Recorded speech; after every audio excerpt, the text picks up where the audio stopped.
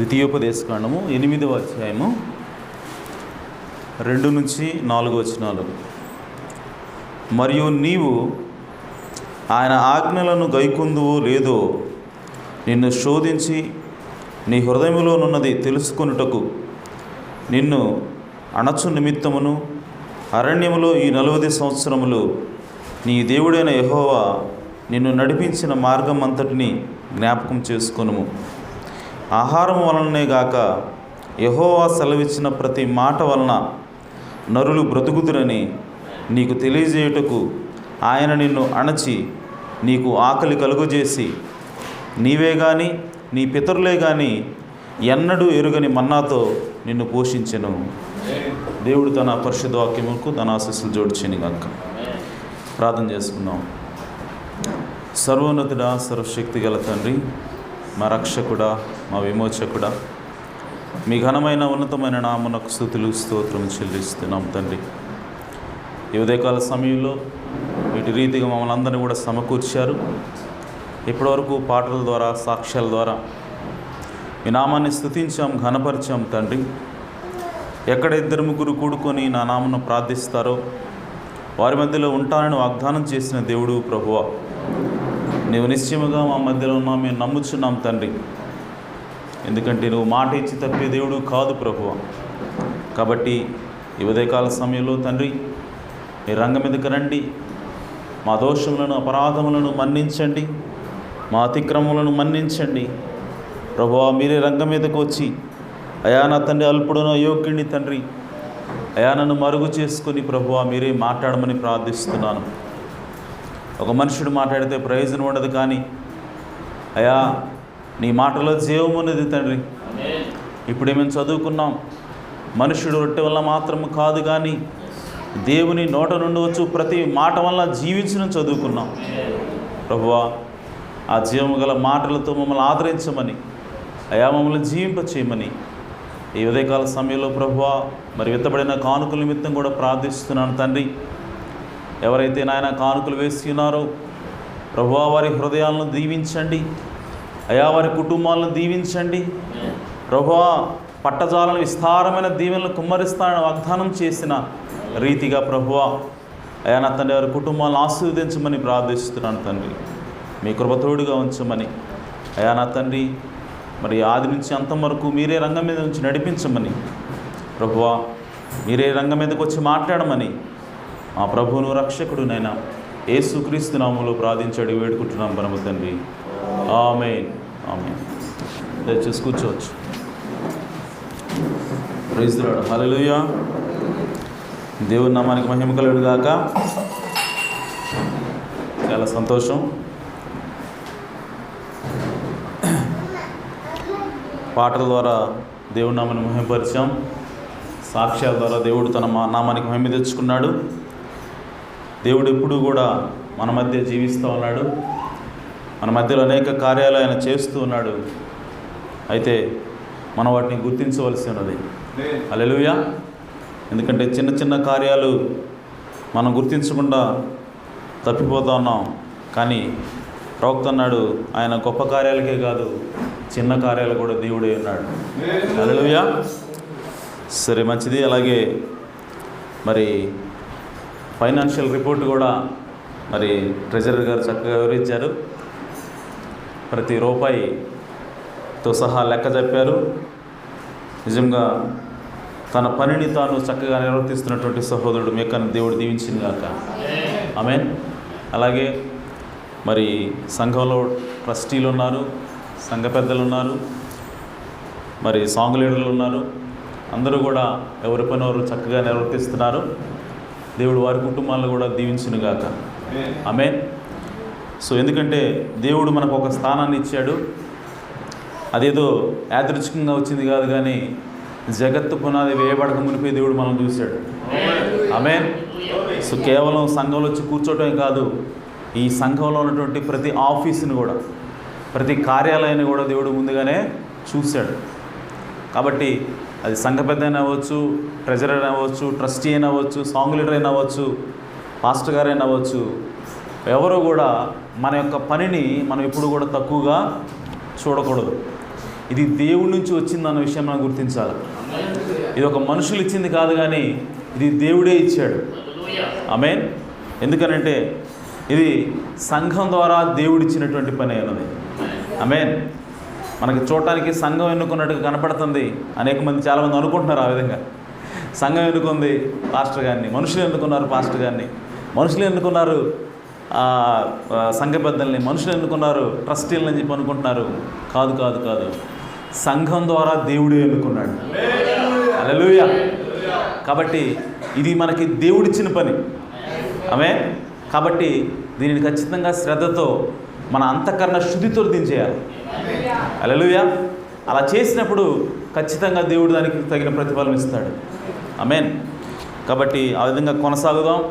దేవుని యొక్క రాకడ వచ్చేంత వరకు కూడా మనం నమ్మకంగా జీవిద్దాం. ఆమేన్. సో ఎందుకంటే దేవుని యొక్క రాకడ చాలా త్వరితంగా ఉన్నది. ఎక్కడ చూసినా సరే యుద్ధాలు, ఎక్కడ చూసినా సరే అలజడులు, గొడవలు. కాబట్టి ఇదంతా ఏం చూపిస్తూ ఉందంటే దేవుని యొక్క రాకడ అత్యంత త్వరగా ఉన్నదని చూపిస్తూ ఉంది. హల్లెలూయా. సో మీకు ప్రవక్త మాట అంటాడు, అదేంటంటే మైలు రాళ్ళు ఎంత స్పీడ్గా మనం దాటి వెళ్తూ ఉంటే అంత స్పీడ్గా మన గమ్యాన్ని చేరుకుంటామని. ఆమేన్. అంతేనా? మధ్యలో మైలు రాళ్ళు ఉంటాయి కదా, కిలోమీటర్ రాళ్ళు, అవి స్లోగా వెళ్తున్నాయి అనుకో, స్లోగా దాటి వెళ్తున్నాం అనుకో, మన గమ్యానికి మనం లేటుగా చేరుకుంటాం. మన గమ్యం చాలా దూరంలో ఉందని అర్థం. అదే ఆ మైలు రాళ్ళు స్పీడ్గా దాటి వెళ్తున్నాం అంటే మనం స్పీడ్గా గమ్యాన్ని చేరుకుంటాం. హల్లెలూయా. అలాగే దేవుని యొక్క లేఖనంలో అనేక మైలురాళ్ళు దేవుడు పెట్టాడు, అనేక సూచనలు దేవుడు పెట్టాడు.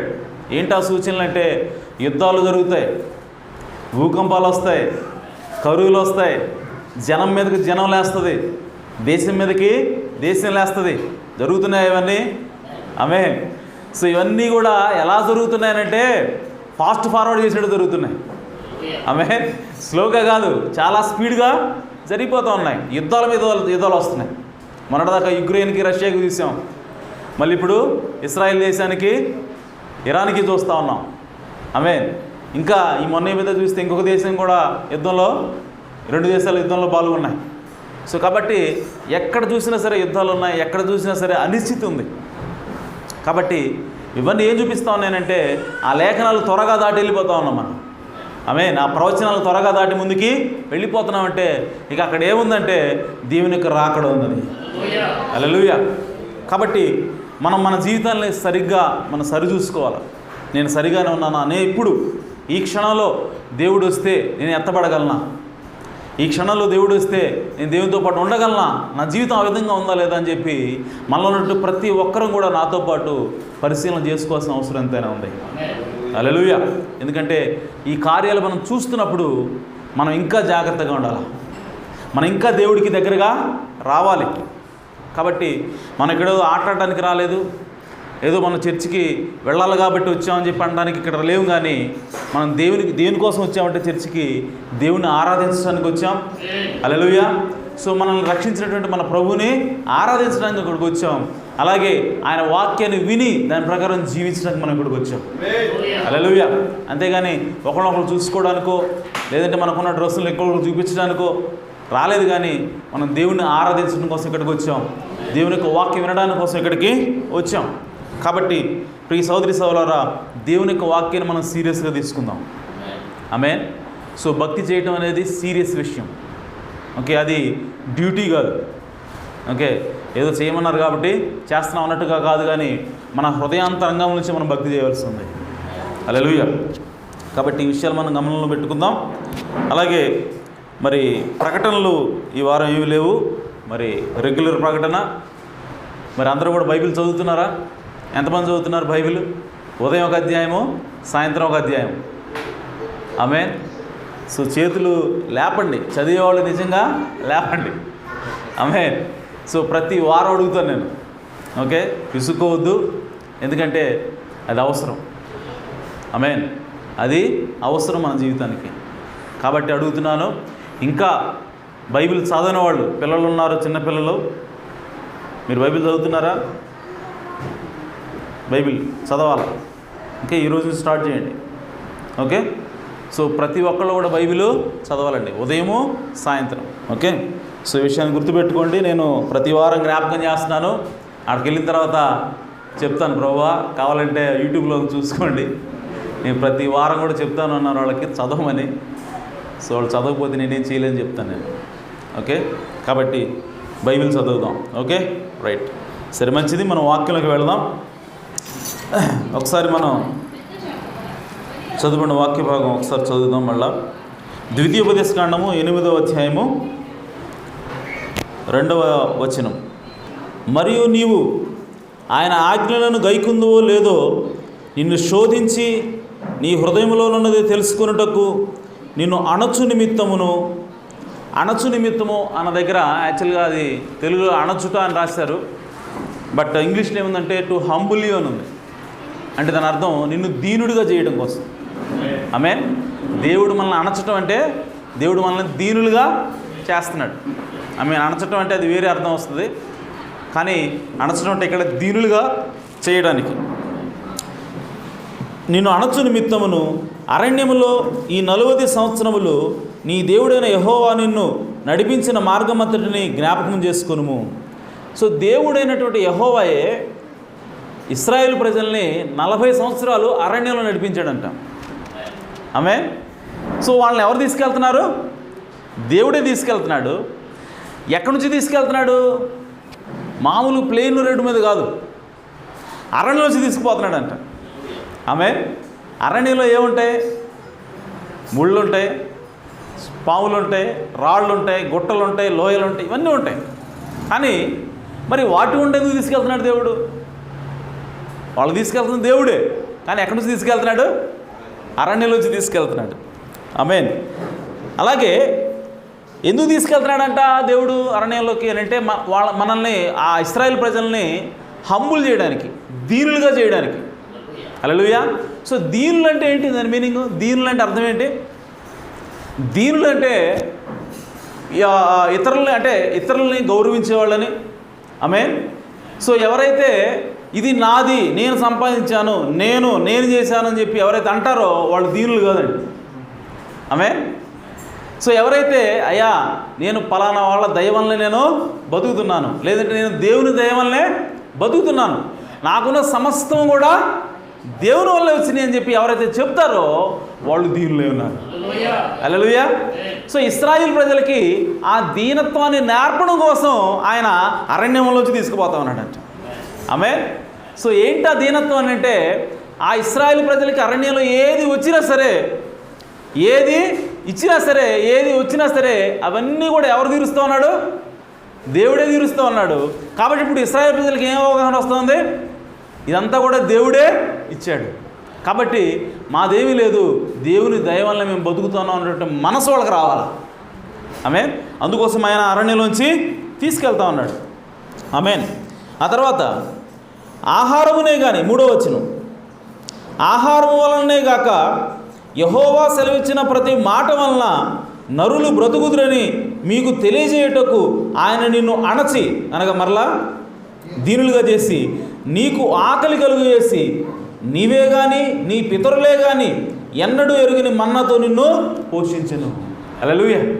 సో వాళ్ళు అరణ్య మార్గాల్లో నడుస్తున్నప్పుడు వాళ్ళకి ఆహారం లేని పరిస్థితి వచ్చింది. ఆహారం లేని పరిస్థితి వస్తుందని, అక్కడ ఆహారం దొరకనటువంటి అరణ్యం అని దేవుడికి ముందే తెలుసు. ఆమె తెలిసే తీసుకుపోతున్నాడు ఆయన. ఆమె తెలియక కాదండి, తెలిసే తీసుకుపోతా అన్నాడు. ఎందుకనంటే వాళ్ళు ఆ స్థితిలోకి వచ్చిన తర్వాత, వాళ్ళకి ఆహారం దొరికే పరిస్థితి వచ్చిన తర్వాత, ఇప్పుడు వాళ్ళు కానీ వాళ్ళ పితరులు కానీ ఎన్నడూ కూడా తిననటువంటి మన్నాని కురిపించాడు వాళ్ళ దగ్గరికి. హల్లెలూయా. సో మన్నాతో వాళ్ళు పోషించడం ద్వారా ఇప్పుడు వాళ్ళకి దేవుడు ఏం నేర్పిస్తున్నాడంట అని అంటే, ఇదిగో మనుషుడు ఆహారం వల్ల మాత్రమే కాదు కానీ దేవుని నోటు నుంచి వచ్చు ప్రతి మాట వల్ల బ్రతుకును అన్న విషయం వాళ్ళు అనుభవపూర్వకంగా తెలుసుకోవాలి. హల్లెలూయా. సో అందుకోసమే దేవుడు అరణ్య మార్గం నుంచి వాళ్ళని తీసుకొని వెళ్ళి ఆహారం లేని ప్రదేశంలో వాళ్ళు తీసుకుని వెళ్ళాడంట. హల్లెలూయా. సో అప్పుడు ఆయన ఏమంటాడంటే మాట సెలవిచ్చి ఇదిగో మన్నా కురిపించాడు. ఆ మన్నాని తినటం ద్వారా వాళ్ళకి ఏమర్థమైందంటే, ఒరే మనకి దుక్కు దున్ని పొలం వేసి ఒడ్లు పండితేనే కాదు మనం బతికేది, దేవుడు మాట సెలవిస్తే చాలు, ఆ మాట ద్వారా కూడా మనం బతుకుతాం. హల్లెలూయా. కాబట్టి ఒకవేళ కరువు వచ్చిందా, ఓకే, నువ్వు భయపడొద్దు, దేవుడు నీకు తోడున్నాడో లేదో చూసుకో. హల్లెలూయా. సో నీకు విపత్కర పరిస్థితులు వచ్చాయా, నువ్వు దేని గురించి భయపడాల్సిన అవసరం లేదు, కేవలం నీకు దేవుడు తోడున్నాడో లేదో చూసుకో, చాలా అంతే. ఎన్ని లేకపోయినా పర్వాలేదు, ఆహారం లేకపోయినా పర్వాలేదు, నీళ్ళు లేకపోయినా పర్వాలేదు, ఎలాంటి కఠినమైన పరిస్థితులు వచ్చినా సరే దేవుడు నీకు తోడున్నాడో లేదో అంతవరకు నీకు కావాల్సిందే. హల్లెలూయా. ఎందుకనంటే మనుష్యుడు రొట్టె వల్ల మాత్రం కాదు కానీ దేవుని నోట నుండి వచ్చు ప్రతి మాట వలన జీవించును. హల్లెలూయా. సో కాబట్టి మనం ఆహారం లేకపోయినా బ్రతకొచ్చు, నీళ్లు లేకపోయినా బ్రతకొచ్చు, దేవుని యొక్క వాక్యం మనతో ఉంటే. హల్లెలూయా. సో ఆ విషయాన్ని నేర్పడం కోసం ఇశ్రాయేలు ప్రజలను ఆయన అరణ్యంలోంచి తీసుకెళ్తా ఉన్నాడు. ఆమేన్. అలాగే 4వ వచనం, ఈ 40 సంవత్సరములు నీవు వేసుకున్న బట్టలు పాతగలలేదు, నీ కాలు వాయలేదు. హల్లెలూయా. సో ఆ 40 సంవత్సరాలు కూడా వాళ్ళ బట్టల గురించి కూడా దేవుడు కేర్ తీసుకున్నాడంట. హల్లెలూయా. సో ఆయన తినడానికి తిండి ఇచ్చాడు. ఆమేన్. అలాగే వాళ్ళకి వస్త్రాలు కూడా ఇస్తూ ఉన్నాడు.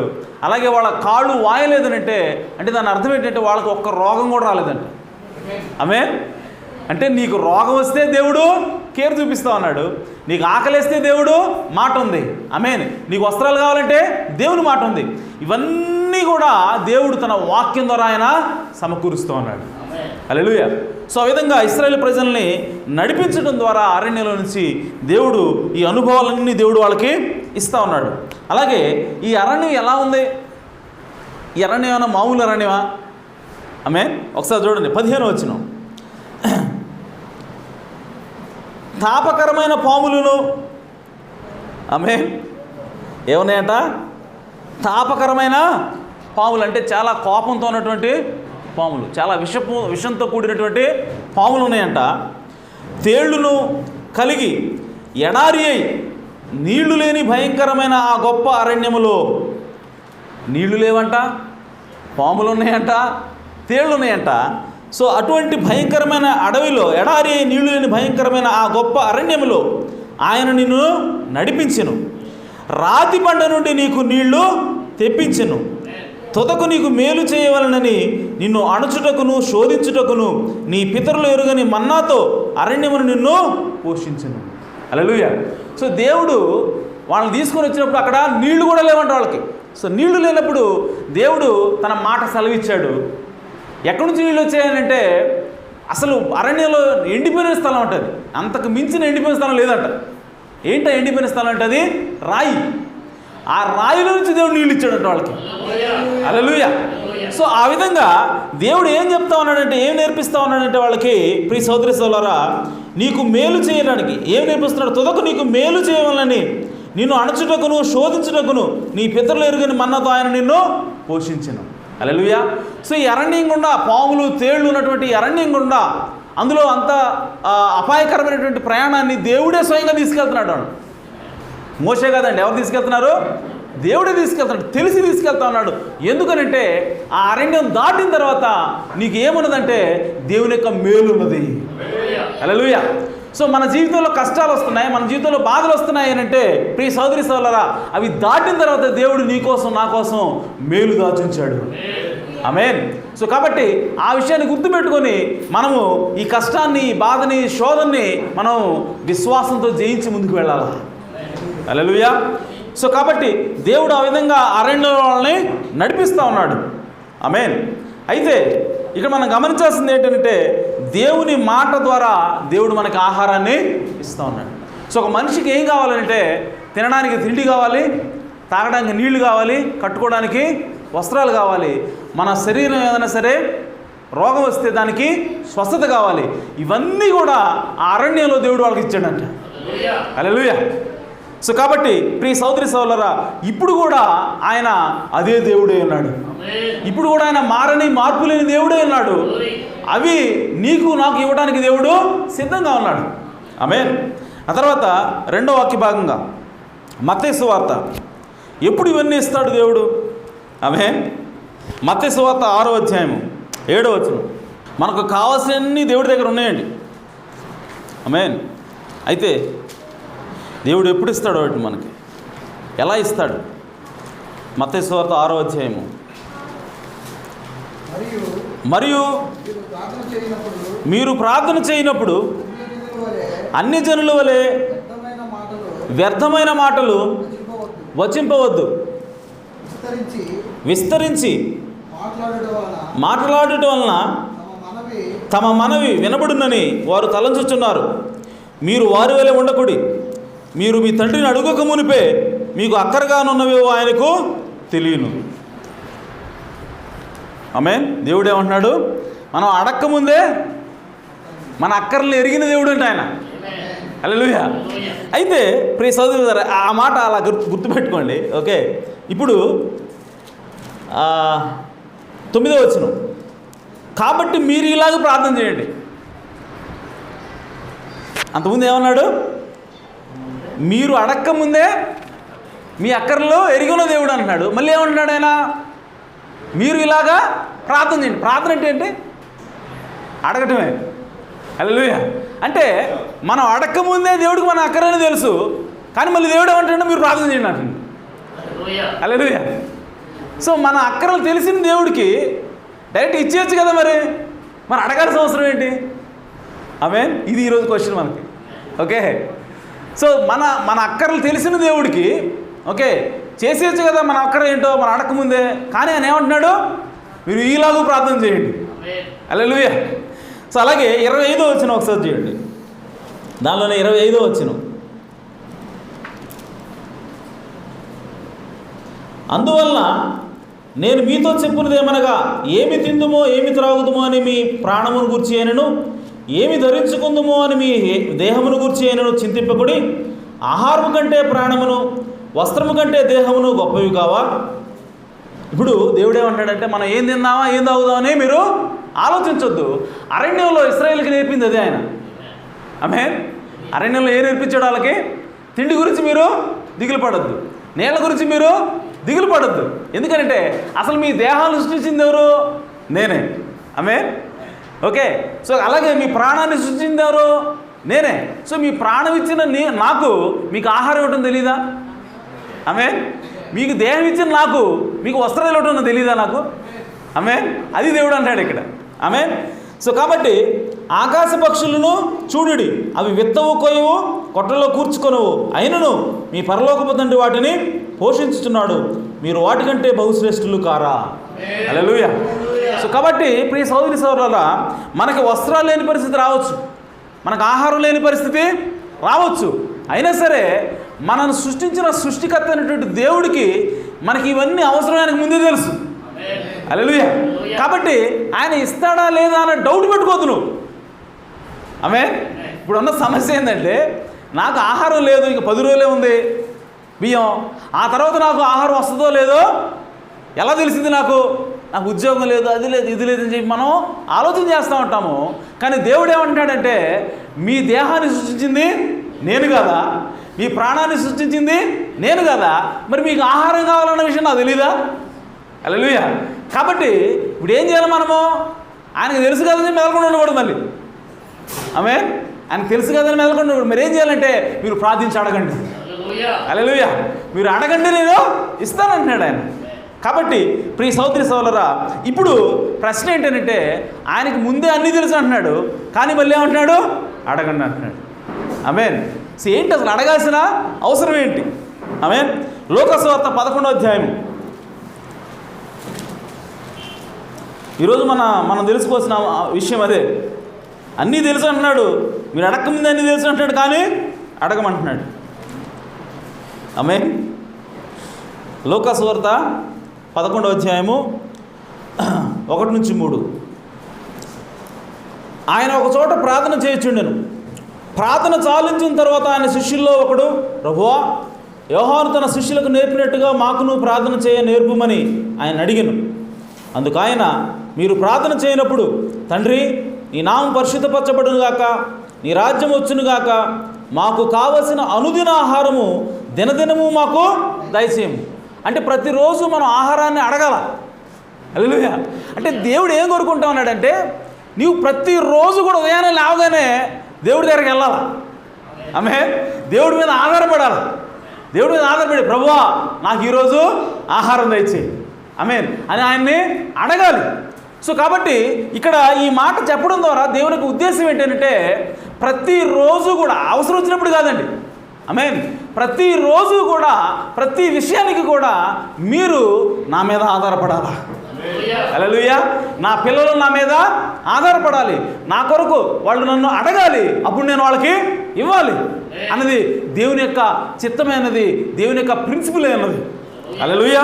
సో కాబట్టి ఆయన ఏమంటాడంటే మీరు ప్రతి దినదినము కూడా మనం ఆయన్ని అడగాలి ఆహారం కోసం. అలాగే 9వ వచనం అటువలే మీరును అడుగుడి. ఇప్పుడు ఏమంటాడు ఆయన? ఇంతకుముందు ఏమన్నాడు? అన్నీ నాకు తెలుసు, మీరు అడగముందు నాకు తెలుసు అంటాడు. ఇప్పుడు ఏమంటాడు క్లియర్గా ఆయన? అటువలే మీరును అడుగుడి మీకు ఇవ్వబడును. ఆమేన్. వెదకుడి మీకు దొరుకును, తట్టుడి మీకు తీయబడును, అడుగు ప్రతివానికి ఇవ్వబడును, వెదకువానికి దొరుకును, తట్టువానికి తీయబడునని మీతో చెప్పుచున్నాను. మీలో తండ్రి అయిన వాడు తన కుమారుడు చేపనడిగితే చేపకు ప్రతిగా పామునిచ్చునా? ఆమేన్. గుడ్డునడిగితే తేలునిచ్చునా?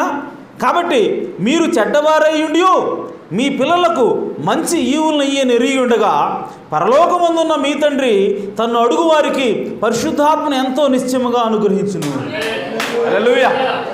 సో కాబట్టి దేవుడు ఏం మాట్లాడుతున్నాడంటే మీ అక్కరలు నాకు తెలుసు అని చెప్పి అంటూనే మన ఏమంటాడంటే మీరు అడగండి నేను ఇస్తాను, మీరు తట్టండి నేను తీస్తాను, అడుగు ప్రతి వారికి నేను ఇస్తాను అంటున్నాడు ఆయన.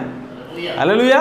సో కాబట్టి ఏంటి దీని అర్థం ఏంటి, అసలు ఎందుకు అడగాలి మనం అని చెప్పంటే ప్రియ సోదరి సోదరులారా, ఒక మాట చెప్పాలంటే అది దేవుని యొక్క సిద్ధాంతమైనది. ఆమేన్. అడగకుండా దేవుడు ఇవ్వడండి. ఓకే, ఇప్పుడు ఆదికాండంలోకి వెళ్దాం. ఆదికాండంలో దేవుడు ఆదాముని అవ్వని సృష్టించాడు. మొట్టమొదటిగా ఆదాముని దేవుడు సృష్టించాడు. సృష్టించిన తర్వాత ఇప్పుడు ఆదాముకి అన్నీ బాగానే ఉన్నాయి. ఆదాముకి తినడానికి తిండి ఇచ్చాడు. ఏం చెప్పాడు ఆదాముకి? ఈ తోట చెట్లో ఉన్నటువంటి ప్రతి ఫలాన్ని కూడా నువ్వు తినొచ్చు, ఒక్క మంచి చెట్లు తెలియని వృక్ష ఫలాన్ని తప్ప. ఆమేన్. సో ఆ వృక్షాల్లో ఏ వృక్షం ఉంది మంచి చెట్లు తెలియని వృక్షంతో పాటు అని అంటే జీవవృక్షం కూడా ఉంది. ఆమేన్. సో ఇప్పుడు దేవుడు ఏం చెప్పాడంటే నువ్వు జీవవృక్షం కూడా తినొచ్చు. ఆమేన్. సో ఆదాముకి దేవుడు జీవవృక్షాన్ని కూడా ఇచ్చాడు, ఒక్క మంచి చెట్లను తెలియని వృక్ష ఫలాన్ని మాత్రమే తినొద్దని చెప్పాడు. అలాగే అంటే తినడానికి తిండి ఇచ్చాడు ఆదాముకి. అలాగే ఆ ఏదెను తోటలో ఆ తోటంతటిని కూడా తడపడానికి ఒక నది బయలుదేరి అది 5 పాయలని చెప్పి దేవుని వాక్యం రాయబడింది. ఆమేన్. సో ఆ నీళ్లు ఆదాము తాగుతున్నాడు. ఓకే, తినడానికి తిండి ఇచ్చాడు దేవుడు, తాగడానికి నీళ్ళు ఇచ్చాడు. ఇక తోటంతా కూడా ఆదాముకి ఇచ్చేశాడు. తోటంతా కూడా ఆదాము తిరుగుతూ ఉన్నాడు, సుఖంగా ఉన్నాడు, సౌఖ్యంగా ఉన్నాడు, ఎలాంటి దిగులు చింత లేదు. ఆమేన్. అయితే దేవుడు ఆదాము దృష్టిలో ఏముందంటే ఇక నాకు ఎలాంటి కొదువ లేదని చెప్పి ఆయన సంతోషంగా తిరుగుతూ ఉన్నాడు. కానీ దేవుడు చూశాడంట ఆదాముని. ఆమేన్. సో దేవుడు చూసినప్పుడు దేవుడు ఏమంటున్నాడంటే ఆదాముకి ఒకటి కొదువుగా ఉన్నది. హల్లెలూయా. ఏంటా కొదువు అంటే ఇతనికి సాటి అయిన సహాయమో లేదు, నరుడు ఒంటరిగా ఉన్నాడు, నరుడు ఒంటరిగా ఉండటం మంచిది కాదని చెప్పి చూశాడు. ఆమేన్. చూసినప్పుడు ఇప్పుడు ఆదాముని ఆ నరుడు ఒంటరిగా ఉండటం మంచిది కాదని చెప్పి చూసిన తర్వాత ఇప్పుడు దేవుడు ఏం చేస్తా ఉన్నాడంటే నేల మట్టి నుంచి ఆమేన్ జంతువులు తయారు చేశాడంట. జంతువులు తయారు చేసి ఆదాము దగ్గరికి తీసుకొచ్చాడట. ఆదాము దగ్గరికి ఎందుకు తీసుకొచ్చాడు అని అంటే ఆదాముకి ఒక జత కావాలా. ఆమేన్. సో ఆదాముకి ఒక తోడు అనేది అవసరం.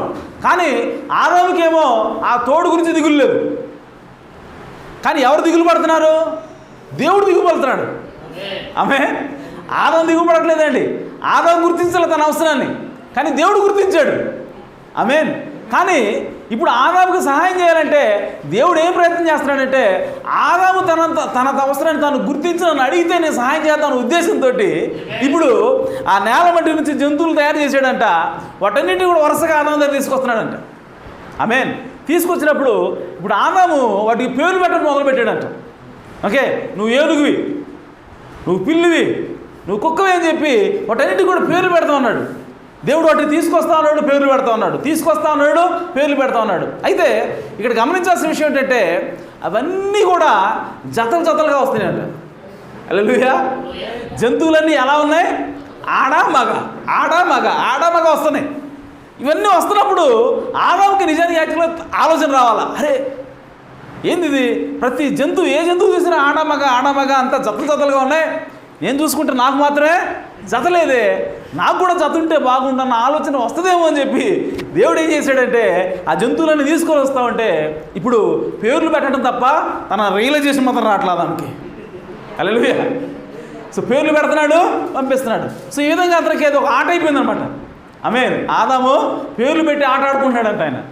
ఆమేన్. సో ఆ విధంగా అన్నిటికీ అయిపోయిన తర్వాత దేవుడు వచ్చాడంట, తండ్రి అయిపోయినా అని చెప్పాడు. అయిపోయింది, మొత్తం అన్నిటికీ పేర్లు పెట్టేశావు అని చెప్పంటే ఇప్పుడు ఆదాముకి దిగులు లేదు ఇక. అప్పుడు దేవుడు అని అంటాడు, ఒరే అబ్బాయి వీడికి ఏం చెప్పినా సరే ఎలా చెప్పినా అర్థం కావట్లేదు అని చెప్పి సో మత్తు ఇంజక్షన్ తీసుకున్నాడు అన్నట్ట. హల్లెలూయా. సో మత్తు ఇంజక్షన్ తీసుకొచ్చాడు, మత్తు చేసి అప్పుడు ఆ ఆదాము నుంచి అవ్వను వేరు చేశాడు శరీరాన్ని. ఇప్పుడు తీసుకొచ్చి అవ్వను పెట్టాడంట పక్కన. కట్టగానే మళ్ళీ ఇంకొక జీవి వచ్చిందని చెప్పి నువ్వు నీ పేరు నారి, ఓకే, నువ్వు నరులోంచి తీయబడ్డావు కాబట్టి నువ్వు నారి అనబడుతుంది, పేర్లు పెట్టడం చెప్తున్నాడు తప్ప నాకు సాటి అయిన సహాయం అవసరం. ఆమె నా కోసం, నాకు మేలు చేయడం కోసము దేవుడు నాకు తీసుకుని ఇచ్చాడని చెప్పి ఆ గ్రహింపు ఉండట్లేదంట ఆదాముకి. ఆమె సో అవ్వని తీసుకొచ్చిన తర్వాత కూడా ఆయన ఏమంటాడంటే ఇది కూడా ఒక ఆటలాగా అంతకుముందు పేర్లు పెట్టడానికి చూస్తున్నాడు తప్ప ఇది నాకు అవసరమైంది, ఇది నాకు దేవుడు కావాలని కోరుకుంటాడు అన్న విషయాన్ని ఆదాము గుర్తించలేదు. ఆమేన్. ఆ తర్వాత ఏమైంది, వీళ్ళు పాపంలో పడిపోయారు. తినొద్దు అన్న పండు ఏదైతే తినొద్దు అన్నాడు దేవుడు, దాన్ని వాళ్ళు తిన్న తర్వాత ఇప్పుడు దేవుడు వచ్చి వాళ్ళకి శాపం పెడతా ఉన్నాడు, వాళ్ళకి జడ్జిమెంట్ ఇస్తా ఉన్నాడు, తీర్పు ఇస్తున్నప్పుడు ఇప్పుడు ఆదాము దగ్గరకు వచ్చి దేవుడు అన్నాడు, ఆదామా నీవు నీ భార్య చెప్పిన మాట విని తినొద్దన్న పండు తిన్నావు కాబట్టి ఇదిగో నీ నిమిత్తం భూమి శపించబడింది. ఆమేన్. అయితే ఇక్కడ ఇంకొక విషయం గమనించండి. ఇప్పుడు చూడండి, ఆదాము అడకముందే దేవుడిచ్చాడంట. ఆమేన్. అడకముందే దేవుడిచ్చాడు కాబట్టి ఇప్పుడు ఎప్పుడైతే ఆ అవ్వ ద్వారా సమస్య వచ్చిందో ఇప్పుడు ఆదాము అంటాడంట నా భార్య పండిస్తే తిన్నాను అంటలేదంట. అదేమంటాడంటే ఇదిగో నాతో పాటు ఉండడానికి నువ్వు ఇచ్చావే, ఆమేన్, నాతో పాటు ఉండడానికి నువ్వు ఇచ్చావే, ఆ స్త్రీయే తినమని చెప్పింది అన్నాడంట. ఆమేన్. సో కాబట్టి ఆదాముకి తను అడిగి పొందుకోలేదు కాబట్టి దానికి అది ఎలా ఉందంటే టేక్ ఇట్ ఫర్ గ్రాంటెడ్, దాన్ని ఒక సీరియస్గా తీసుకోవట్లేదు ఆదాము. సో అందుకోసం ఏమంటే నువ్వు నాకు తోడుగా ఇచ్చినటువంటి నువ్వు ఇచ్చినటువంటి ఈ స్త్రీయే నన్ను తినమని చెప్పింది కాబట్టి నేను తిన్నాను అంటున్నాడు. ఆమేన్. సో ఆ విధంగా దేవుడు వాళ్ళకి ఆ జడ్జిమెంట్ ఇస్తున్నప్పుడు ఆదాము చెప్పాడు నీకు బదులుగా, ఓకే, నువ్వు ఇదిగో ఈ కష్టపడి భూమిని దుక్కి దున్ని నువ్వు పంట పండిస్తావు, నీ చెమట ఓడ్చి నువ్వు పంట పండిస్తావు, అది ముళ్ళతో పిల్లిస్తుందని చెప్పి శపించిన తర్వాత ఆ తర్వాత అవ్వ దగ్గరకు వచ్చి ఇదిగో నువ్వు నీ గర్భవేదన నేను అధికం చేస్తా ఉన్నాను, అలాగే నీ వాంఛని నీ భర్త పట్ల నువ్వు కలిగి ఉంటావని చెప్పి వాళ్ళు చెప్పిన తర్వాత ఇప్పుడు ఆ అవ్వాదాములు ఇద్దరు అన్నారట సరేనయ్యా అన్నారట.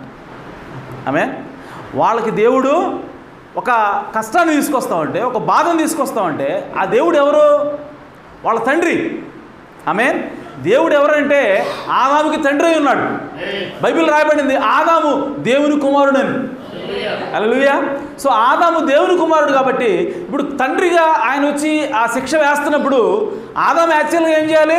అడగాలి, తండ్రి నన్ను ఇంత శిక్ష నేను భరించలేను, నన్ను తగ్గించాను లేదంటే తీసేయను, ఏదో ఒకటి అడగాలి. కానీ ఆదాము అవ్వలు ఇద్దరు అంట వాళ్ళు మా తండ్రే కదా వేస్తున్నాడు అనుభవిస్తాం అని చెప్పి మెదలకుండా వాళ్ళు నన్ను ఒప్పుకున్నారంట. ఒప్పుకొని ముందుకెళ్ళిపోయారు. ఆ తర్వాత వాళ్ళిద్దరికి పిల్లలు పుట్టారు, కయ్యూను ఏబెలు పుట్టారు. ఇప్పుడు కయ్యూను లేచి ఏబెల్ని చంపిన తర్వాత ఇప్పుడు కయ్యూను దగ్గరికి దేవుడు వచ్చాడంట. హల్లెలూయా. కయ్యూను దగ్గరికి దేవుడు వచ్చి అబ్బాయి నువ్వు నీ తమ్ముడిని చంపావు కాబట్టి ఓకే నేను నీకు శాపం ఇస్తున్నాను, నువ్వు దేశదిమరువై తిరుగుతావు, ఎవడైతే నిన్ను కనుగొంటాడో వాడు నిన్ను చంపుతాడని చెప్పి ఆ విధంగా దేవుడు శపించిన తర్వాత ఇప్పుడు కయ్యూను అంటున్నాడంట, కయ్యూను అడుగుతున్నాడంట ఏమనంటే నీవు పెట్టినటువంటి ఈ శాపం చాలా కఠినమైనది కాబట్టి దీన్ని నన్ను ఎవడు కనుక్కున్నా సరే ఎవడ ఎదురుపడ్డా సరే వాళ్ళు నన్ను చంపేస్తారు కాబట్టి దీనికి నువ్వు నాకు దీన్ని తగ్గించు అని చెప్పి ఆ కయ్యూను ఏం చేశాడంటే దేవుడిని అడిగాడంట. హల్లెలూయా. దేవుడే శాపం ఇచ్చాడు. కానీ ఎప్పుడైతే కయ్యూను దేవుడిని అడిగాడో ఆమేన్. సో కయ్యూను ఎవరు? దుష్టుని సంబంధి. ఆమేన్. కయీను దుష్టుని సంబంధి, కయీను సాతాను యొక్క సంబంధి. అయినా సరే సాతాను సంబంధి అయినటువంటి కయీను అడిగినా కూడా దేవుడు అన్నాడు, నువ్వు అడిగా కాబట్టి నేను తగ్గిస్తున్నాను. హల్లెలూయా. ఏమన్నాడంటే, నిన్ను ఎవడైనా సరే కొడితే, నిన్ను ఎవరైనా సరే చంపితే వాడికి 700 శిక్ష వాడి మీద వస్తుంది అని చెప్పి ఆ శాపాన్ని ఆయన తగ్గించాడు.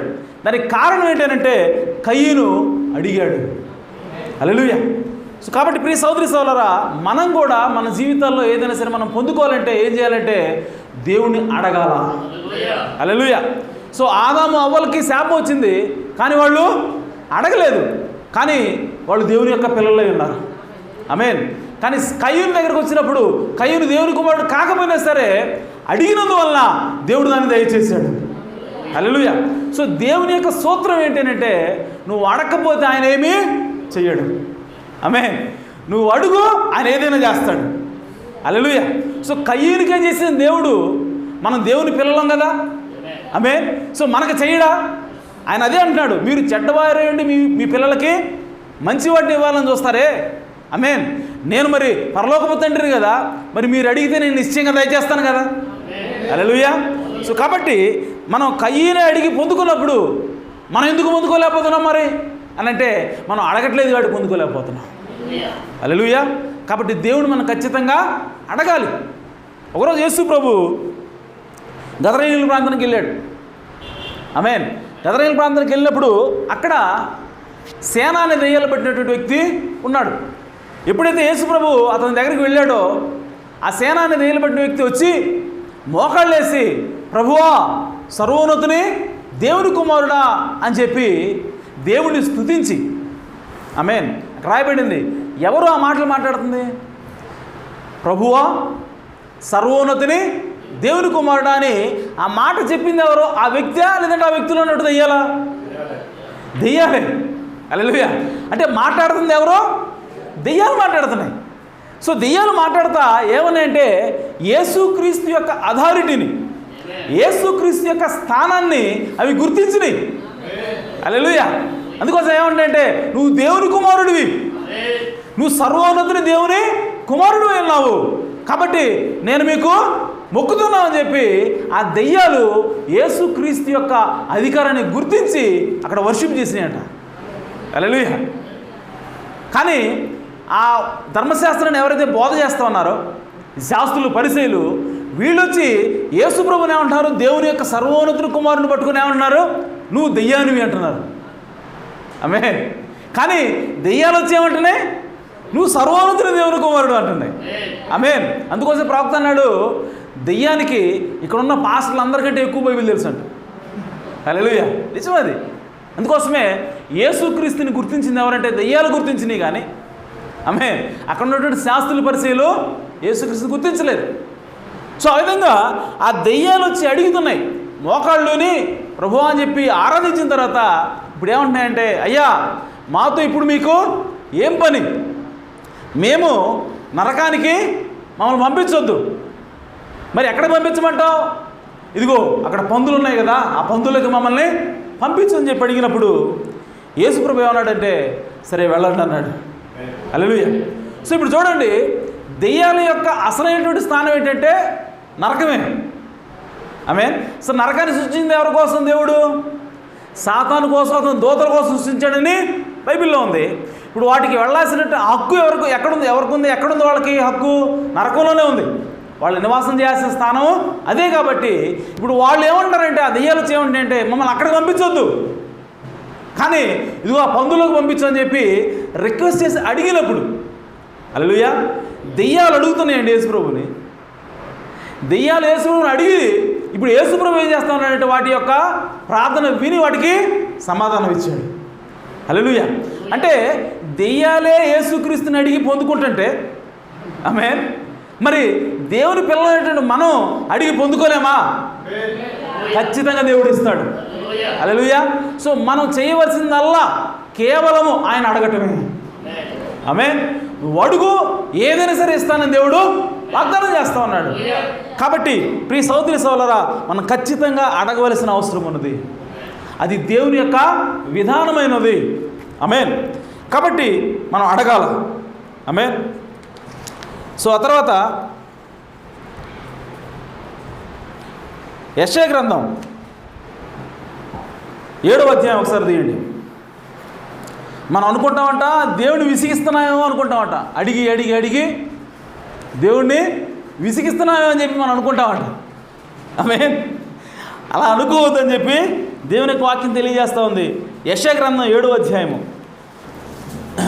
యెషయా గ్రంథము 7వ అధ్యాయం 10వ వచనం. యెహోవా ఇంకను ఆహాజునకు ఎలాగ సెలవిచ్చెను, నీ దేవుడైన యెహోవా వలన సూచనను అడుగుము. ఆమేన్. దేవుడిని ఏమని అడగమంటున్నాడు? సూచన అడుగు అని చెప్పి అంటున్నాడు. అది పాతాళమంత లోతైనను సరే, ఒకవేళ పాతాళం నుంచి ఆ సూచన కావాలా, అడుగు, ఇస్తాను. ఊర్ధ్వలోకం అంతా ఎత్తైనను సరే, పరలోకం అంతా ఎత్తైనా సరే, అంత ఎత్తులో ఉన్నా సరే ఆ సూచన అది అడుగు, నేను ఇస్తాను. ఆమేన్. అందుకు ఆహాజు నేను అడగను, ఏమన్నాడు? నేను అడగను, యెహోవాను శోధింపనని చెప్పగా. ఆమేన్. అంటే నేను అడిగితే దేవుణ్ణి శోధించినట్టు ఉంటుంది అని చెప్పగా అతడు ఇలాగూ చెప్పెను, దావీదు వంశస్థులారా వినుడి. ఆమేన్. మనుషులను విసిగించుట చాలదనుకొని నా దేవునితో కూడా విసిగింతురా. ఆమేన్. మనుషులు విసుగుతారు కానీ దేవుడు విసుక్కుంటాడా? ఆమేన్. మనుషులు విసుక్కుంటారు, అడిగి అడిగి అడిగి ఏం రేడు పద్దాకలు అడుగుతున్నాడు అని చెప్పి మనుషులు విసుక్కుంటారు కానీ దేవుడు విసుక్కుంటాడా? విసుక్కోడు. కాబట్టి ప్రభువు తానే ఒక సూచన మీకు చూపును. ఆమేన్. మీరు అడగకపోయినా సరే ప్రభువే ఒక సూచన ఇస్తాడు. ఆలకించుడి, కన్యక గర్భవతి కుమారుని కని అతనికి ఇమ్మానుయేలుని పేరు పెట్టును. హల్లెలూయా. సో దేవుడే ఆహాజును అడగమన్నాడు సూచన, కానీ అతను ఏమన్నాడు? నేను అడగను, అడిగి శోధించినట్టు ఉంటుంది అని చెప్పి అంటున్నాడు. అయ్యా, దేవుడే అడగమంటున్నప్పుడు నువ్వు అడిగితే అది దేవుడిని శోధించినట్టు కాదండి. ఆమేన్. అందుకని అడుగుడి మీకు ఇయ్యబడును, తట్టుడి మీకు తీయబడును. మీకు ఇంకా ఎలా అడగమన్నాడు బైబిల్? ఇంకేమో తెలుసా? మీ సంతోషము పరిపూర్ణమగునంతగా అడగండి. హల్లెలూయా. సో నీకు కారు కావాలా? ఓకే. సో నీకు కారు కావాలంటే మంచి కారు కోసం అడుగు. ఆమేన్. అయ్యా, సెకండ్ హ్యాండ్ కారు, కొత్త కారు అంటే నీ వల్ల కాదేమోలే కానీ, హల్లెలూయా, కొత్త కారు అంటే మరీ అంత భారం నీ మీద పెట్ట నాకు ఇష్టం లేదు. ఏదో సెకండ్ హ్యాండ్ కార్లో ఒక 2 లక్షలు సార్లే. ఆమేన్. నాకు జాబ్ కావాలయ్యా, నా కుటుంబాన్ని పోషించడానికి 1 లక్ష రూపాయల జాబ్ అయితే కానీ సరిపోదు, కానీ అంత భారం నీ మీద వద్దులే, కానీ ఒక 30,000 రూపాయల జాబ్ వస్తే చాలు. ఆమేన్. సో దేవుణ్ణి అడిగేటప్పుడు ఎలా అడగాలంటే బైబిల్ చెప్తా ఉంది, మీ సంతోషము పరిపూర్ణమగునంతగా అడగండి. హల్లెలూయా. నీకు ఎంత అడిగితే దేవునికి ఎంత ఇస్తే నువ్వు సంతోషం అవుతుందో, నీకు పరిపూర్ణంగా నువ్వు సంతోషిస్తావో అంతగా నువ్వు అడుగు. ఇవ్వడానికి ఆయన సిద్ధంగా ఉన్నాడు. హల్లెలూయా. ఆయనే అడగమని చెబుతుంటే నీకేంది అడగడానికి ఇబ్బంది? ఆమేన్. ఎందుకు అడగట్లేదు నువ్వు అని చెప్పంటే ఇంకో చోట దేవునికి వాక్యం తెలియజేస్తుంది, మీరు పొందుకోలేకున్నారు, ఎందుకంటే మీరు అడగట్లేదు కాబట్టి. ఆమేన్. మీరు ఎందుకు అడగట్లేదు అని అంటే మీరు నమ్మట్లేదు కాబట్టి. హల్లెలూయా. బైబిల్ ఉందా మాట? ఆమేన్. మనం పొందుకోలేకపోతున్నామంట, మనం పోట్లాడుతామంట, దానికోసం ప్రయత్నం చేస్తామంట, అన్ని రకాలుగా ప్రయత్నాలు చేసినా సరే మనం దాన్ని పొందుకోలేము. ఎందుకనంటే నువ్వు అడగలేదు కాబట్టి. హల్లెలూయా. సో కాబట్టి మరి ఎందుకు అడగట్లేదు నువ్వు అని అంటే దేవుడు ఇస్తాడో ఇవ్వడన్నా నమ్మకం నీకు లేదు కాబట్టి. హల్లెలూయా. సో అందుకోసమే మన సంతోషం పరిపూర్ణమగినంతగా మనము అడగాల. హల్లెలూయా. సో కాబట్టి అందుకే ప్రవక్త అంటాడు, సముద్రంలో ఒక చిన్న చేప ఎలా అనుకుంటే ఎలా ఉంటుంది అన్నాడు ఆయన.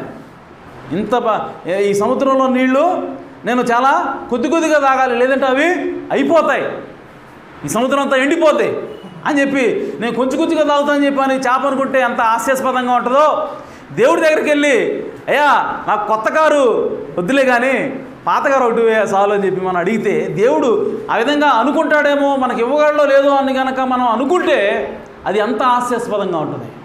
హల్లెలూయా. అయితే ప్రియ సోదరి సోదరులారా, దేవుని యొక్క వాక్యం తెలియజేస్తూ ఉంది, మనం అడిగితేనే పొందుకుంటాం. ఆమేన్. ఆ తర్వాత యోహాను గ్రంథం యోహాను సువార్త 4వ అధ్యాయం ఒకసారి తీయండి, 6వ వచనం.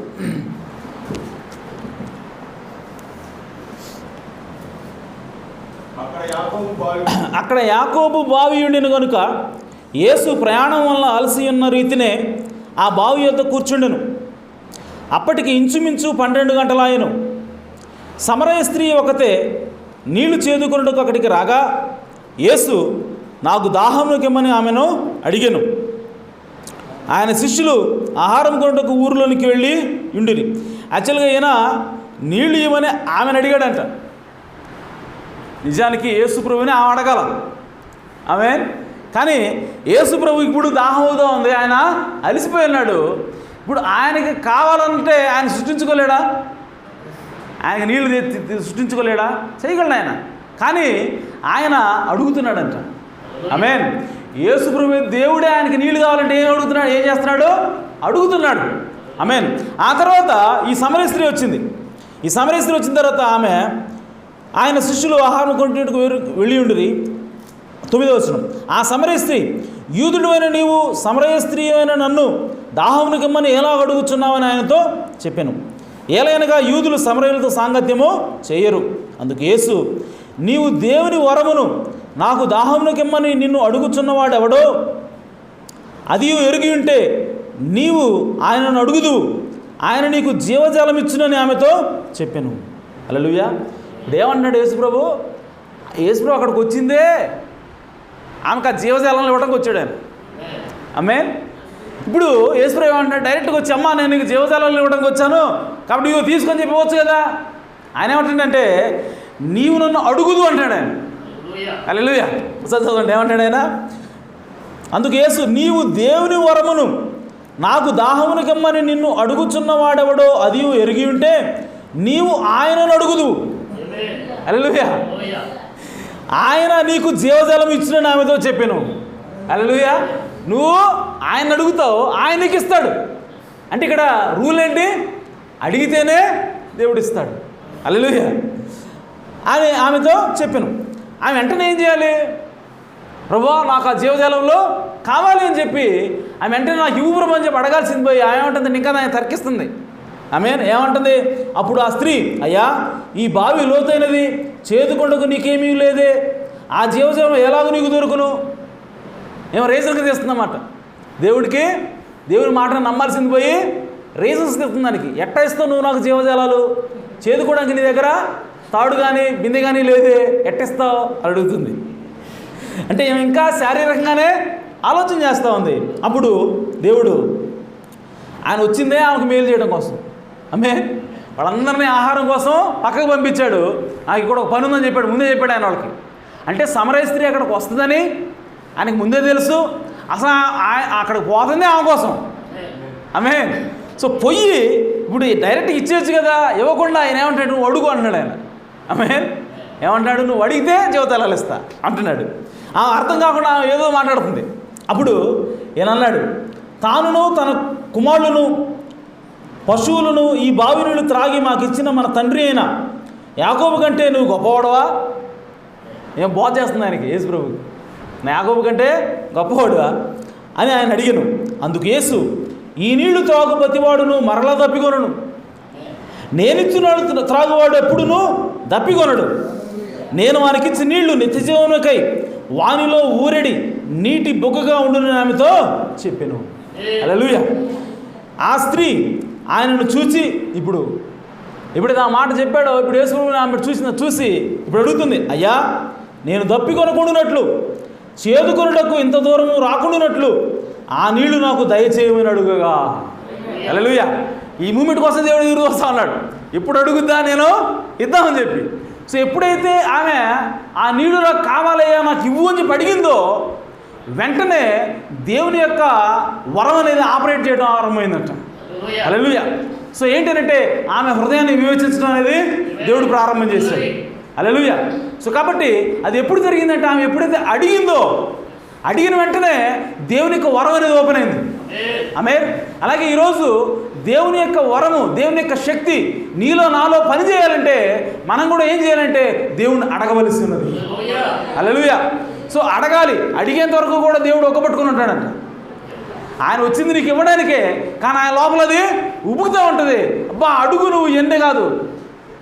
ఆ సమరయ స్త్రీని మాట్లాడుతున్నప్పుడు లోపల దేవునికి ఆలోచన అది, ఈ మాటని బావి అంటున్నావు, యాకోబు అంటున్నావు, గొప్పవాడు అంటున్నావు, ఎన్ని కాదమ్మా, ముందు అడుగు, నేను నీకు ఇస్తా. హల్లెలూయా. సో ఎప్పుడైతే ఆ మూమెంట్ వచ్చిందో, ఆమె అడిగిందో, వెంటనే ఇప్పుడు ఆ వివేచన అనేది ఓపెన్ అయిపోయింది, ఆ గిఫ్ట్ అనేది పనిచేయడం ప్రారంభమైంది. ఇప్పుడు యేసుప్రభువు అంటున్నాడు, నేను నీకు నీళ్ళు ఇవ్వాలంటే ముందుగా నీ జీవితాన్ని నేను కడగాల, నీ పాపాన్ని నేను తీసివేయాలి అని చెప్పి ఇప్పుడు ఆయన ఆ వివేచన స్టార్ట్ చేసి ఇప్పుడు ఏమంటాడంటే, నీ భర్తను తీసుకొని రాయిస్తానన్నాడు. హల్లెలూయా. అప్పుడు ఆమన్నది, నాకు భర్త లేడండి. నువ్వు నిజమే చెప్పావు, ఇప్పుడు నీకు అంతకుముందు 5 ఉన్నారు, ఇప్పుడున్నవాడు నీ భర్త కాడు అని చెప్పి ఆమె జీవితంలో జరిగినటువంటి ఆ పాపం అంతటి కూడా ఆయన బయటపెట్టిన తర్వాత ఇప్పుడు ఆమె జీవితం అనేది కడగబడింది, ఆమె యొక్క హృదయం అనేది తెరవబడింది, ఆ యేసుక్రీస్తుని ఆమె మెస్సియాగా గుర్తించింది. హల్లెలూయా. సో ఆ జీవ జలాలు ఏదో కాదు కానీ ఆయనే యేసుక్రీస్తు అన్నాడు. హల్లెలూయా. జీవజలం అంటే అర్థం ఏంటంటే జీవము కలిగిన నీళ్ళు అంట. జీవం కలిగిన నీళ్ళు, జీవించే నీళ్ళు. నీళ్ళు ఎక్కడైనా బతుకుతాయా? హల్లెలూయా. జీవజలాలంటే ఏంటి మీనింగ్? జీవించే నీళ్ళు. జీవించే నీళ్ళు ఎక్కడైనా ఉంటాయా? యేసు ప్రభువే జీవించే నీళ్ళు. హల్లెలూయా. ఆమె కావాల్సింది కొండలో తీసుకొచ్చి నీళ్ళు పోసే నీళ్ళు కాదండి. ఆమేన్. ఈయన మాట్లాడుతున్నా ఆ కొండలో నీళ్ళ గురించి కాదు, జీవజలాల గురించి మాట్లాడుతున్నాడు. అనగా యేసుక్రీస్తులో ఉన్నటువంటి ఆత్మ గురించి ఆయన మాట్లాడుతూ ఉన్నాడు. అనగా దేవుడే ఆ జీవ జలమే అన్నాడు. ఆ దేవుడే ఆమెలోకి రావాలని చూస్తూ ఉన్నాడు. ఆ దేవుడే తనలోకి ఆమెలోకి వచ్చి నివాసం చేయాలనుకుంటున్నాడు. ఇప్పుడు ఆమె దాన్ని గుర్తించింది, ఆ యేసుక్రీస్తుని స్వీకరించింది. ఆమెలోకి ఇప్పుడు ఆ నీళ్లు జీవజలాలు వచ్చేసాయి. సో ఇదంతా ఎప్పుడు జరిగింది అని అంటే, ఆమె ఎప్పుడైతే అడిగిందో అప్పుడు దాన్ని పొందుకున్నది ఆమె. ఆమేన్. కాబట్టి మనం అడగవలసి ఉన్నాము. హల్లెలూయా. అలాగే ప్రియ సోదరి సోదరులారా, యేసుక్రీస్తు ఒకసారి ఆ బోట్లో ప్రయాణం చేస్తూ ఉన్నారు శిష్యులతో పాటు. ప్రయాణం చేస్తున్నప్పుడు పెద్ద గాలి తుఫాను, బోటు మునిగిపోయేలాగా ఉంది. శిష్యులందరూ కూడా భయపడి మరి పడవని మునిగిపోకుండా వాళ్ళు సకల ప్రయత్నాలు చేస్తూ ఉన్నారు. వాళ్ళు ఆ విధంగా ప్రయత్నం చేస్తున్నంతసేపు కూడా యేసుక్రీస్తు ఆ దోణిలోనే నిద్రపోతూ ఉన్నాడు. అయితే వీళ్ళు సొంతగా ప్రయత్నాలు చేస్తున్నారంట. పక్కన ఎవరున్నారు? సృష్టికర్త ఉన్నాడు. హల్లెలూయా. సృష్టికర్తని పక్కనోనే పెట్టుకొని, ఎట్టుందంటే పిల్లిని సంకలో పెట్టుకొని ఊరంతా తిరిగినట్టు యేసు ప్రభువుని అక్కడే పెట్టుకొని పక్కలోనే. ఆమేన్. వీళ్ళు ఆయన లేపి ఆ సముద్రాన్ని, ఆ గాలిని అన్ని కూడా అణచాల్సింది పోయి వీళ్ళు తమ సొంత ప్రయత్నం చేస్తున్నారంట. హల్లెలూయా. యేసు ప్రభువు కూడా అక్కడ ఏం జరుగుతుందో అంతా తెలుసు. ఆమేన్. కానీ కష్టపడినేయండి, ఎంతసేపు ప్రయాసపడతారో ప్రయాసపడినేవ్వండి, వాళ్ళు అడిగితే అప్పుడు చూద్దాం. హల్లెలూయా. సో అడిగేంత వరకు కూడా ఆయన రంగం మీదకి రాలేదండి. ఈలోపు ఒక శిష్యుడు గుర్తొచ్చి, అరే ఎందుకు ఇంత కష్టపడుతున్నాం మన బోధకుడు ఇక్కడే ఉన్నాడు కదా అని చెప్పి పోయి, బోధకుడు ఆమె నశించిపోతున్నాం, నీకు బాధ లేదా అని చెప్పి అన్నప్పుడు ఆయన లేచి వచ్చాడు, ఆ గాలిని సముద్రాన్ని గద్దించాడు. అవన్నీ కూడా నిమ్మడం అయిపోయినాయి. అరే ఈ పని ఏదో ఇంతకుముందే చేస్తుంటే బాగుండేది, ఇంత కష్టపడ్డాం మనం అని చెప్పి వాళ్ళు బాధపడ్డారు. దానికి కారణం ఏంటంటే ఆయన అడగనంత వరకు కూడా ఆయన రంగం మీదకి రాడు. హల్లెలూయా. అడిగిందాక ఆయన ఏది కూడా చేయడు. ఆమేన్. అడుగుడి మీకు ఇయ్యబడును, తట్టుడి మీకు తీయబడును. కాబట్టి మనం అడగాల్సి ఉన్నాము, అడిగితే దేవుడు ఇస్తాడు. అలాగే ప్రియ సోదరి సోదరులారా, ఆ ఎంఐ మార్గంలో ఒక ఇద్దరు మాట్లాడుకుంటూ పోతూ ఉన్నారు. మాట్లాడుకుంటూ పోతా ఉంటే వాళ్ళకి అప్పటి వరకు దేవుడు యేసుక్రీస్తు 3వ వ్యక్తిగా వాళ్ళ మధ్యలోకి వెళ్ళి లేఖనాలన్నీ కూడా చెప్తా ఉన్నాడు, విరమతి చెప్తున్నాడు, ఎక్స్ప్లెయిన్ చేస్తూ ఉన్నాడు. వాళ్ళందరూ కూడా ఆశ్చర్యపోయి చూస్తున్నారు, ఏం జ్ఞానం ఉంది ఇతనికి అని చెప్పి. అయితే వాళ్ళు ఏ ఊరికైతే వెళ్ళాలో ఆ ఊరు వచ్చినప్పుడు ఈయన కొంచెం దూరం దాటిపోయేలాగా వెళ్తున్నాడంట. ఆమేన్. ఇప్పుడు వాళ్ళు అన్నారు, అయ్యా ఇక్కడే ఉండి నైట్కి మాతో పాటు ఉండు అని చెప్పి ఆయన్ని బలవంతం చేశారంట. హల్లెలూయా. యేసుక్రీస్తుని వాళ్ళు బలవంతంగా అడిగి ఉండమని చెప్పినప్పుడు ఇప్పుడు యేసుప్రభువు కూడా నాకు కావాల్సింది కూడా అదే. హల్లెలూయా. సో కాబట్టి ఆయన లోపలికి వెళ్ళాడు, రొట్టె విరిచాడు, వాళ్ళ కళ్ళు తెరవబడ్డాయి, ఆయనే యేసుక్రీస్తుని వాళ్ళు గుర్తించారు. హల్లెలూయా. సో పగలంతా వాళ్ళు ఆయనతోనే ప్రయాణం చేశారు, ఆయన వాళ్ళతో మాట్లాడుతున్నాడు. అయినా సరే అప్పుడు వాళ్ళు గుర్తించలా. వాళ్ళు ఎప్పుడైతే నువ్వు రా ప్రభువా మా దగ్గరికి, మాతోనే నువ్వు ఉండు ప్రభు అని చెప్పి వాళ్ళు ఎప్పుడైతే అడిగారో ఇప్పుడు వాళ్ళ కళ్ళు తెరిచేలాగా దేవుడు వాళ్ళని చేశాడు అక్కడ. హల్లెలూయా. సో కాబట్టి మనం అడగవలసి ఉన్నాము, అడిగితేనే దేవుడు ఇస్తాడు. ఆమేన్. అలాగే ప్రియ సోదరులు, దేవుడు ఏదైనా సరే మనం అడగాలంటే అడిగేదానికంటే ఎక్కువ ఆయన దయచేసి దేవుడు అన్నాడు. కాబట్టి మనం అడగండి, అడిగితేనే దేవుడు ఇస్తాడు. హల్లెలూయా. సొలొమోనును కూడా దేవుడు అడగమన్నాడు. హల్లెలూయా. మొదటి రాజులు 3వ అధ్యాయం 4వ వచనం. సొలొమోను అడిగాడు, ఆయనకి ఏమిచ్చాడు? 3వ అధ్యాయం 4వ వచనం. గిబియోను ముఖ్యమైన ఉన్నత స్థలమై ఉండెను గనుక బలులను అర్పించుటగా రాజు అక్కడికి పోయి ఆ బలిపీఠం మీద 1000 దహన బలులను అర్పించెను.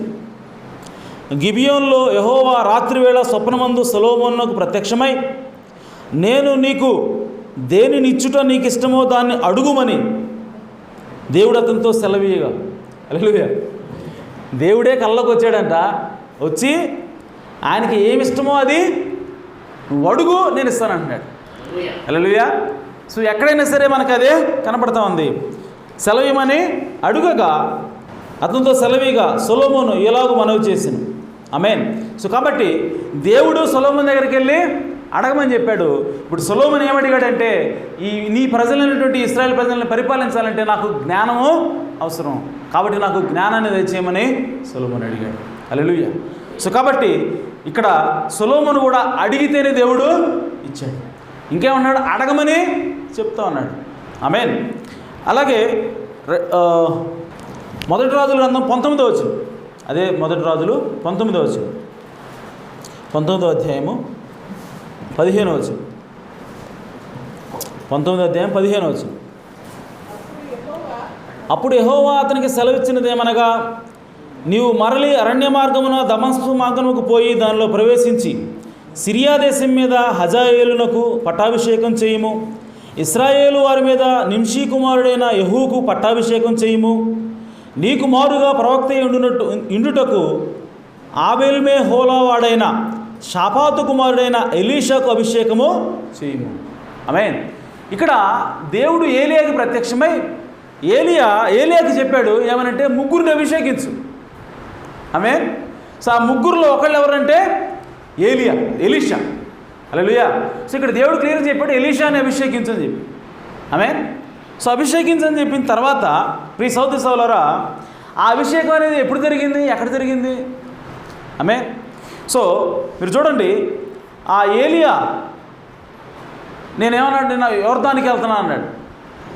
ఎలీషా ఏలియా ఇద్దరు కూడా నడుచుకుంటూ వెళ్తాడు. ఆ తర్వాత కొత్త కాలానికి ఏలియా భూమి మీద నుంచి తీసేయబడిపోయే సమయం వచ్చింది, వెళ్ళిపోయే సమయం వచ్చింది. అప్పుడు ఎలీషా ఇద్దరు కూడా నడుచుకుంటా ప్రయాణం వెళ్తూ ఉన్నారు. ఇప్పుడు ఏలియా అన్నాడు, నేను యోర్దాను దగ్గరికి వెళ్ళాలి అని అంటే, ఇప్పుడు ఎలీషా అంటున్నాడు, దేవుని జీవముతోడు నీ జీవముతోడు నేను నిన్ను విడవను, నువ్వు ఎక్కడికి పోతే నేను కూడా అక్కడికి వస్తానన్నాడు. ఆ తర్వాత ఏలియా ఏమన్నాడు, ఎరుకుకు పోతాను అన్నాడు. ఇప్పుడు ఎరుకుకు పోతానంటే ఎలీషా అన్నాడు, మళ్ళీ నీ జీవంతోడు దేవుని జీవంతోడు నిన్ను విడిచిపెట్టను అని చెప్పంటే ఆయన వెళ్ళిపోయాడు.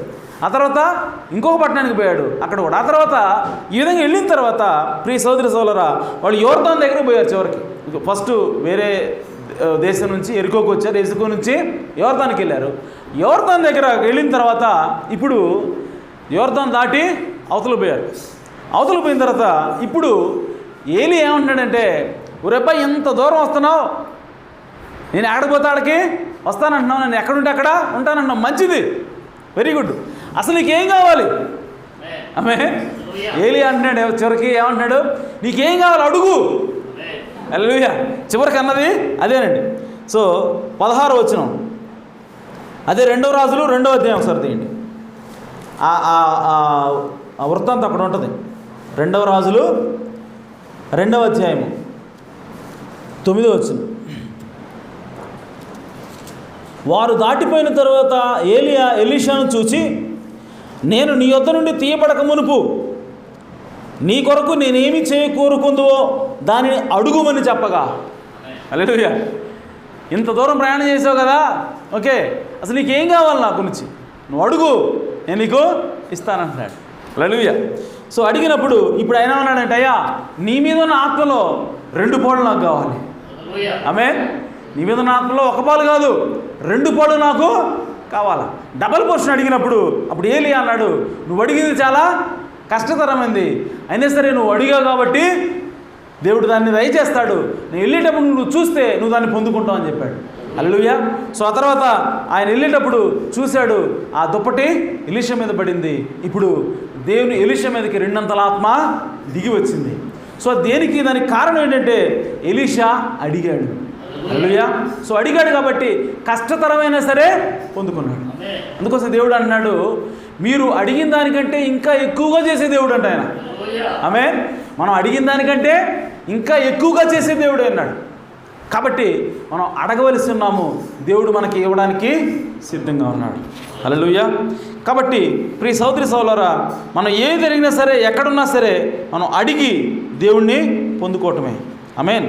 సో ఒక ప్రవక్త ఇంకా చాలా వర్తమానాలు చెప్తూ ఉన్నాడు. ఆయన ఏమంటాడంటే, అడగకుండా దేవుడు ఏది కూడా చేయడు. ఆమేన్.